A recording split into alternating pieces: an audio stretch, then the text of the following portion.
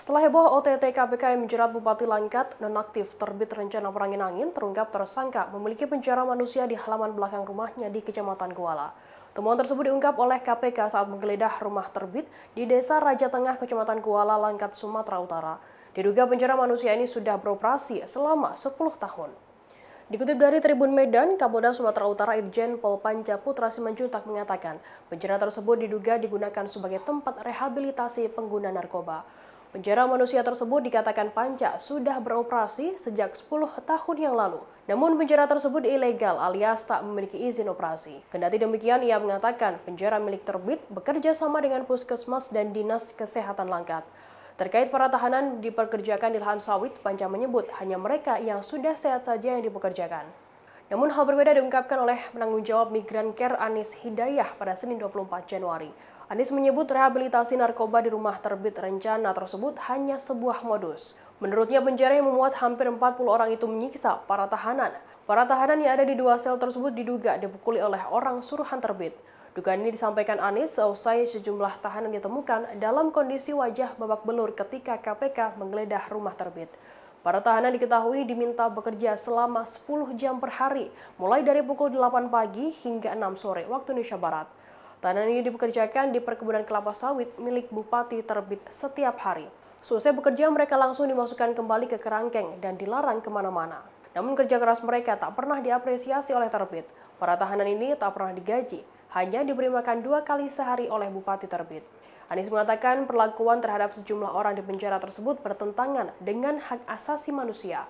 Menurutnya ada dugaan perbudakan modern di penjara terbit rencana yang melanggar Undang-Undang Nomor 21 Tahun 2007 tentang pemberantasan tindak pidana perdagangan orang.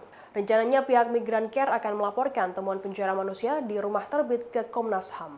Pada waktu kemarin teman-teman dari KPK yang kita backup teman-teman sekalian melakukan operasi tangkap tangan. Kita melakukan penggeledahan pada saat itu, datang ke rumah Bupati, rumah pribadi Bupati Langkat. Ya, dan kita temukan betul ada tempat menyerupai kerangkeng, ya, yang berisi 3 orang, 3-4 orang pada waktu itu, ya, 3-4 orang. Tapi sebenarnya dari pendataan kita, pendalaman kita bukan 3-4 orang itu. Kita dalamin itu masalah apa? Kenapa ada kerangkeng? Dan ternyata dari hasil pendalaman kita, memang itu adalah tempat rehabilitasi yang dibuat oleh yang bersangkutan secara pribadi dan sudah berlangsung selama 10 tahun.